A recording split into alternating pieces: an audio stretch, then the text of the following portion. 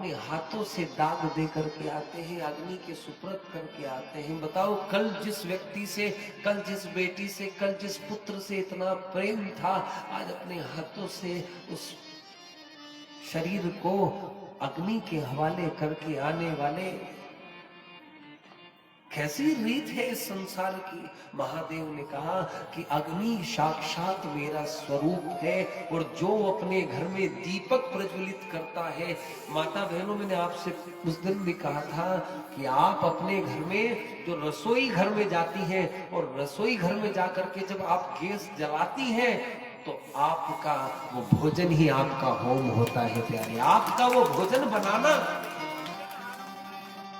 केवल आप जैसे ही गए उस रसोई घर में, आजकल तो आपने रसोई घर की बजाय किचन बना लिया ना, और किचन में भी खड़े खड़े होके और खड़े होकर के और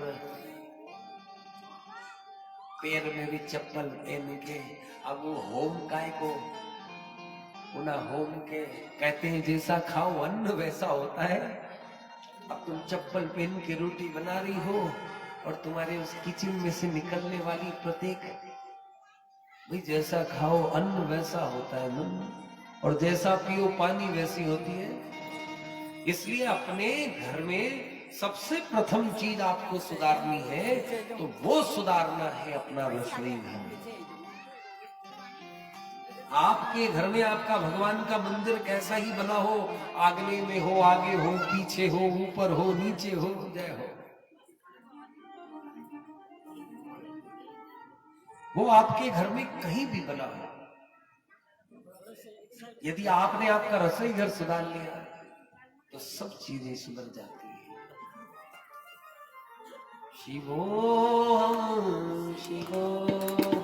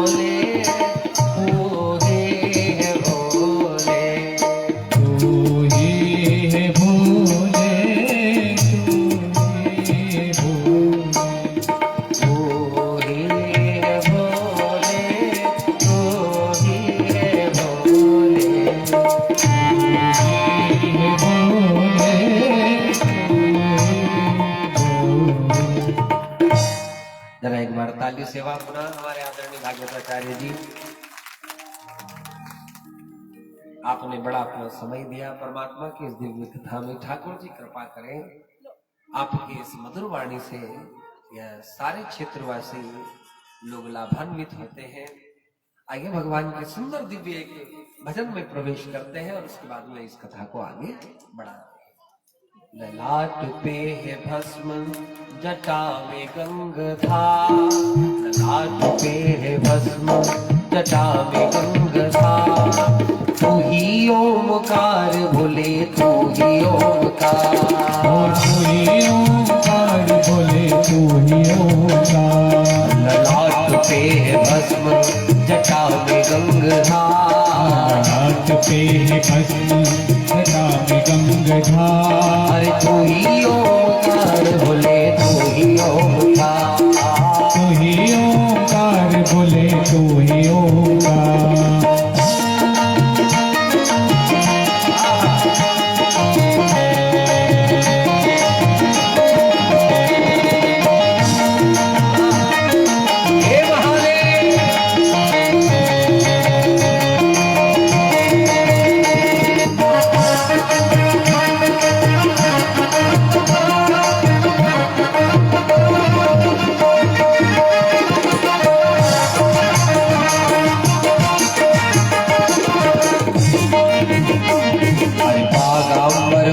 पहने और नागों का हार, बागांबर पहने और कानों का हार, बागांबर पहने और नागों का हार, बागांबर पहने और नागों का हार। तू ही ओंकार बोले तू ही ओंकार, तू ही ओंकार बोले तू ही ओंकार। हे महादेव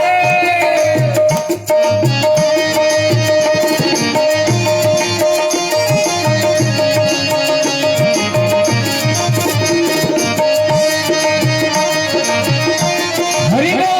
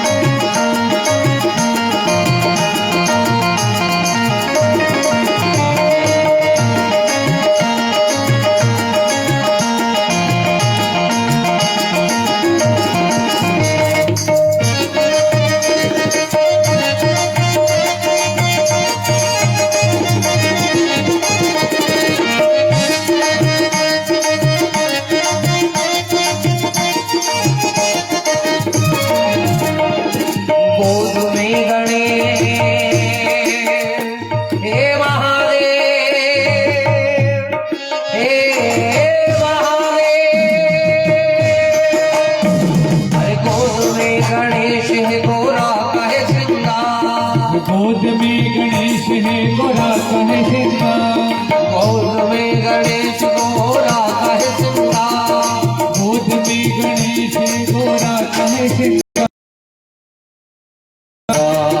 तू ही ओंकार बोले तू ही ओंकार। ललाट पे भस्म जटा में गंगा, हरे ललाट पे भस्म जटा पे गंगा, ललाट पे भस्म जटा में गंगा, ललाट पे है भस्म जटा में गंगा। तू ही ओंकार बोले तू ही ओंकार, तू ही ओंकार बोले तू ही ओंकार। तू ही ओंकार बोले तू ही ओंकार, ओंकार बोले तू ही ओंकार।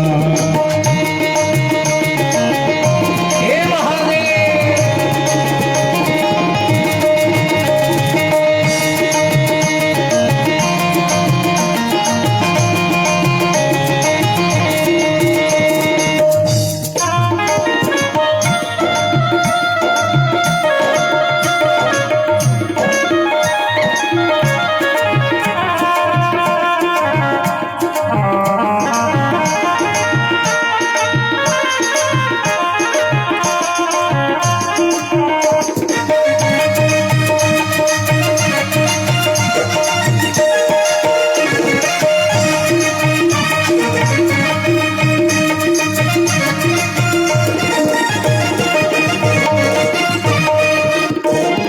हाथ में त्रिशूल है, हे महादेव,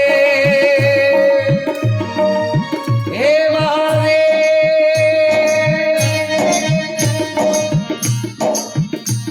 अरे हाथ में त्रिशूल है और नंदी पे सवार, हाथ में त्रिशूल है और नंदी पे सवार, डमरू की ताल पर गाय संसार, डमरू की तान पर गाय संसार।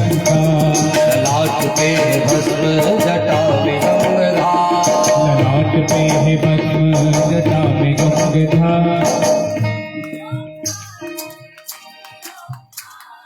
तू ही ओंकार बोले, अरे तू ही ओंकार। यो तिल पापड़ी खाई के नहीं आ गए पीछे वाला, ये आगे वाला में तो खूब खाई और नहीं खाई तो देखो हमारे पर डब्बा भर भर के आ गई है। वो गए थे ना आज वहां सुबह सुबह वो जैन मैडम के यहाँ भोजन करने में तो कोई गुलाब जामुन लाए तो कोई रबड़ी लाए तो कोई रसगुल्ला लाए तो कोई कहीं लाए तो देखो भैया आखिरी में तिल्ली लाई मैंने थोड़ी सी अपने महादेव को भोग लगाई और मैंने कहा भगवान आज संक्रांति है कि तू ही ओमकार बोले और ललाट पे है भस्म जटा में गंगाधार ललाट पे है भस्म जटा में गंगाधार हर हर तू ही ओमकार बोले तू ही ओमकार भक्तों के लिए बोले तू ही पालनहार भक्तों के लिए तू ही पालनहार तू ही करतार भोले तेरी जय जयकार तू ही करतार भोले तेरी जय जयकार ललाट पे भस्म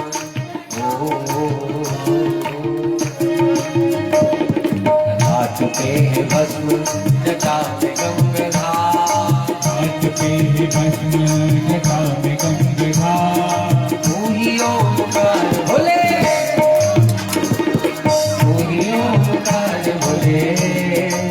हर हर सारा संसार बेल पे बैठने वाले महादेव ने नारद जी से कहा नारद परेशान मत हो ये इंद्र को तुम्हें बता दूंगा लेकिन इंद्र को अपमान हो गया था इसमें कैसी आवाज आ रही है माइक में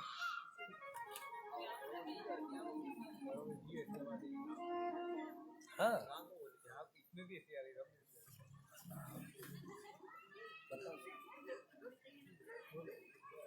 ये सब भगवान की कृपा है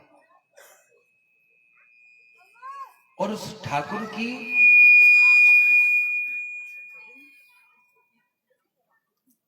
उस भगवान की कृपा से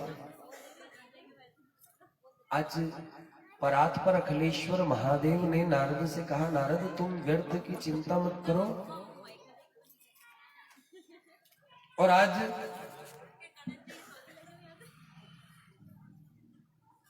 स्तंभित रह गई भुजाएं तपस्वी तेज की ज्वाला और बृहस्पति पहचान गए ये तो है डमरू वाला गुरु शिवाय गिरे चरणों पर क्रोध करे शिव और स्तुति करता सिर को पटक के चरणों में का बृहस्पति ने आज गुरु से प्रार्थना की गुरुदेव शिष्य है आपने मुझे गुरु बनाया है थोड़ा ध्यान रखिए नारद जी तो पीछे से पड़े हुए थे नारद जी ने आज जाकर के सागर के ऊपर नमः शिवाय ओम नमः शिवाय हर हर बोले नमः शिवाय ओम नमः शिवाय हर हर बोले नमः शिवाय ओम नमः शिवाय हर हर बोले नमः शिवाय जय जयकार हो आज मौका है संक्रांत भी आज है फिर अगला साल आएगी कोई होगी छठोदन है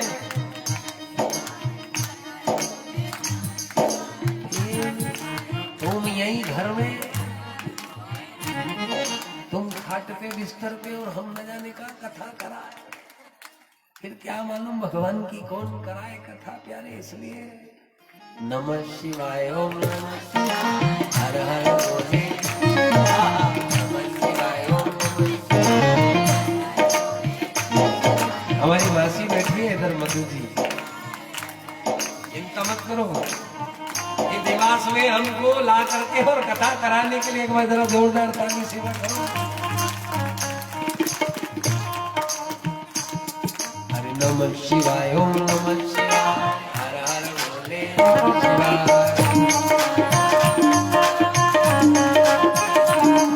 इतने में तो शिव जी अपने क्रोध को फिर से दिए जलज में डाल गंगा सागर संगम बैठे रुद्रन करे गुबार आज वेद व्यास जी कहते हैं कि गुरुदेव ने जब भगवान शंकर के चरणों पर गिर करके प्रार्थना की तो महादेव ने अपने क्रोध को सागर में डाल दिया, और इधर सागर में डले हुए क्रोध को देख करके नारद जी चालू हो गए। ओम नमः शिवाय, ओम नमः शिवाय, हर हर भोले नमः शिवाय, ओम नमः शिवाय, हर हर भोले नमः शिवाय, ओम नमः शिवाय, हर हर भोले नमः शिवाय। अब क्या हुआ, उस सागर में एक बालक था, वो रोने लगा। जैसे ही महादेव ने अपना तेज डाला ना सागर में, वो बालक उसके अंदर तेज बालक बन गया और रोने लगा। और उस रोदन को सुनकर के सागर भीतर से आकर के और आज उस बालक को अपने हाथों में लेते हैं और उस हाथों में लेकर के और देखते हैं तो वो बालक क्या करता है, वो बालक अपने हाथों से सागर का मस्तक पकड़ लेता है। कोई सहज शक्ति नहीं थी, महादेव का तेज था।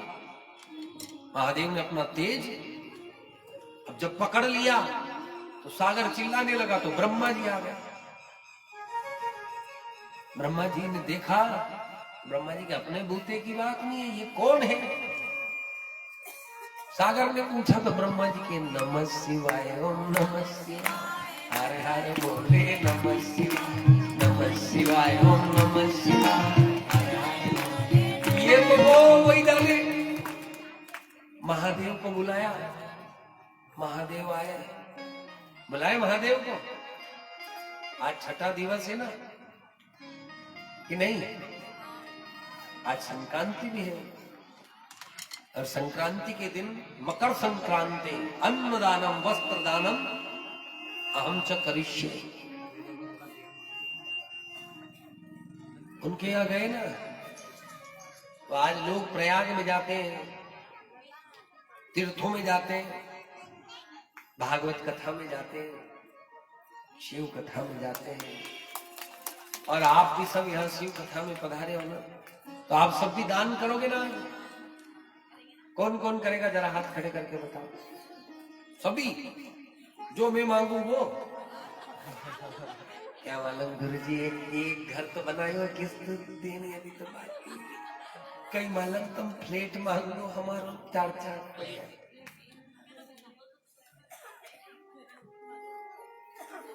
कई मालूम गाड़ी मांग लो बहुत मुश्किल से, कई मालूम हीरा जवाहरात मोती मांग लो।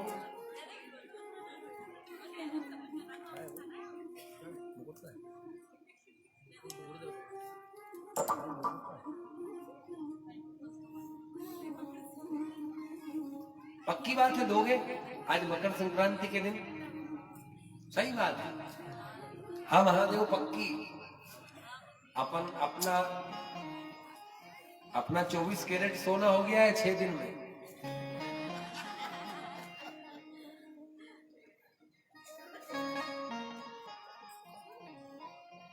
आज है ना, कल हमारे शिव पुराण की विश्राम है, तो आप अपनी जेब में से 500 का नोट, 2000 का नोट मत लेके आना। सोना चांदी। अभी गया था वहां जैन मैडम के यहाँ, वो मैडम जी ने वो ठाकुर जी के माथे पे रख दिया। बोले गुरुजी भगवान को। हमने कहा ये भगवान जाने और इनकी लीला जाने और इनका ये जाने सारा संसार, हम क्या जाने। तो ही है पालनहार प्यारे। पर एक बात अवश्य कहना चाहता हूं कि यदि 7 दिन की शिव पुराण सुनी है और आज मकर संक्रांति है, और आज एक नियम जरूर ले लेना और अपना एक एक अवगुण ला करके आज मेरी शिव पोथी पे चढ़ा जाना प्यारे। यहाँ कथा करना मेरा सफल हो जाएगा और मैं चुपचाप यहाँ से लेके चला जाऊंगा। आपका धन दौलत तो न जाने कहाँ खत्म हो जाएगा, पर आपका एक अवगुण दूर हो गया तो आपके घर वाले कहेंगे कि कथा में गया था तो कथा का प्रभाव हुआ प्यारे। बस इतनी सी कृपा बनाए रखना। और आपसे क्या मांगना? मैं क्या मांगू ओ मेरे भोले तू जाने मेरी किसमें भलाई, सहारा तेरा है ओ भोलेनाथ। क्या मांगो इनसे? महादेव से यदि कुछ मांगना है तो प्यारे उनके हाथों में तो भस्म है, ललाट पे है भस्म, जटा में गंगाधार। क्या मांगो? ललाट पे भस्म, जटा में गंगाधार, तू ही ओमकार बोले, तू ही ओमकार।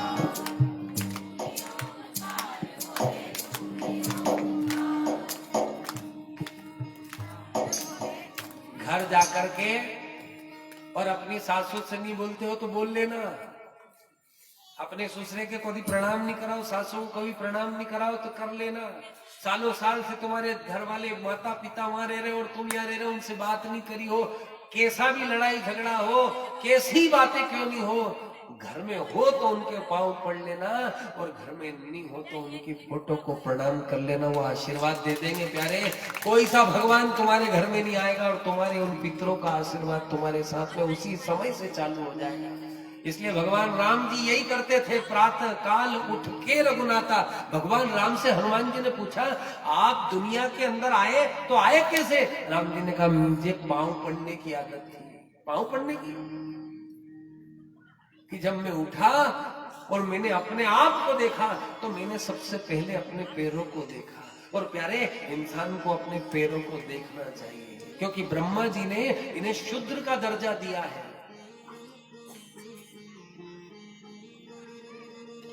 पैरों के अंदर शूद्र का दर्जा दिया, और ये पैर ही इंसान को कीर्तन में लेकर के जाते हैं। देखो, जिसको चलने फिरने की नहीं, ये हमारी एक गुड़िया है बिट्टू, उससे चलने फिरने की नहीं बनती, लेकिन उसके पुण्य है, उसके पुराने जन्म के ये कर्म है कि वहां से उसकी माता जी जरा एक बार उनके लिए भी ताली सेवा कर लो। इतनी सेवा आज के समय में अपने बच्चों के लिए हर कोई नहीं करता है।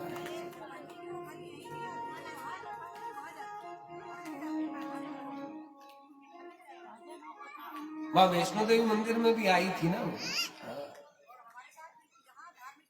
तो ये उसके पुराने जन्मों के पुण्य ही तो है कि वो अपनी पुण्याई को लेकर के, और ऐसे बच्चे जहां पे भी होते हैं, जिसके घर में भी होते हैं, जो अपाहिज होते हैं, जिनसे चलने फिरने की नहीं बनती, हाथ पांव उनकी या उनके शरीर में यदि बैठने की नहीं बनती, वो लेटे रहते हैं, तो कहते हैं कि ये पुराने जन्म के कोई संत महात्मा है, जिनकी एक गलती के कारण, जैसे भीष्म पितामह को केवल बचपने में एक उस छोटी सी चींटी को उठा करके मार्ग से कि पैरों में नहीं आ जाए, कोई के मर नहीं जाए, तो मार्ग चलते चलते उन्होंने केवल एक कांटे से स्पर्श करा दिया, तो वो जाकर के एक जहां कांटों का बागर थी, उस बागर में जाकर के गिरी, और जैसे ही बागर में गिरी तो वो जितने भी कांटे थे उसको लग गए, और उसके कारण भीष्म पितामह को महाभारत के युद्ध में अर्जुन के हाथों से बाणों की सैया पर सोना पड़ा, केवल एक इत्ते से पाप के कारण।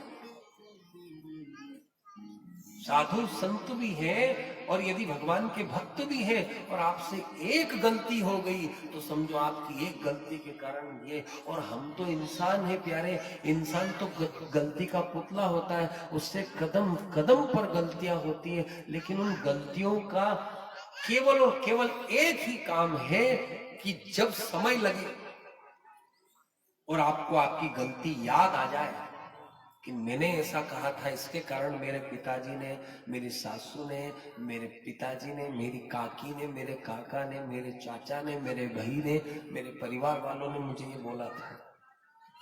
अपना मांझना छोड़ देना और अपनी गलती को, और प्यारे कहते हैं कि गलती कर दी तो कर दी, लेकिन उस गलती के बाद में प्रायश्चित सबसे बड़ा हवन होता है, और प्रायश्चित में आपके सारे पाप जल करके समाप्त हो जाते हैं। महादेव ने कहा, नारद, ये इंद्र जो है, ये इंद्र गलती तो करता है, लेकिन प्रायश्चित कर्म करने से इसके इन पापों की सजा, और आज तक भी ये इंद्र बना हुआ है।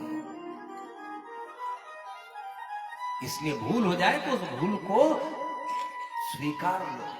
आपके अंदर मानने की आदत नहीं, हर आदमी को सुनाओ नहीं, तो हर आदमी जो कहूं तुम्हारी बात काटू, रुकी जाओ, पहला हमारे एक पहला हमारी सुन लो। क्यों दादा, हमारी क्यों काटे? कोई कभी सामने बात करो नहीं, कई दो जना बात करिए और तीसरो अबे रुको तुम्हारी बात काटो, पहला हमारी बात सुनो। दादा हमारी क्यों काटे, तुम कहने तुम्हारी बात आगे बढ़ाओ, रुको रुको पहले मेरी।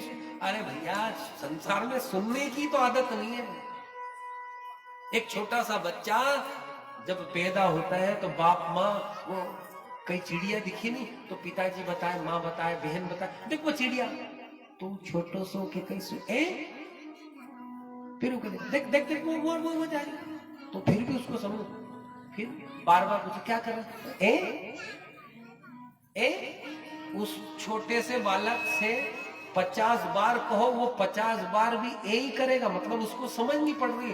और वही बालक जब बड़ा हो जाए और बाप माँ खाली एक बार बोले कि बेटा सो मत करे, तो एक बार में सुन के कि तुमने हमारा जीवन के खराब कर दिया, तुम बोलो ही मत, तुम एक शब्द भी मत बोलो, तुम तुम्हारा साथी रहे कि हमारे मिलियो कहीं, ये भगवान हमारा लिए क्यों रे भला आदमी जब पैदा हुए हो थारे जदे 50 बार पार्क में लेके जाए, वो देखे छोटे छोटे उससे बात करो।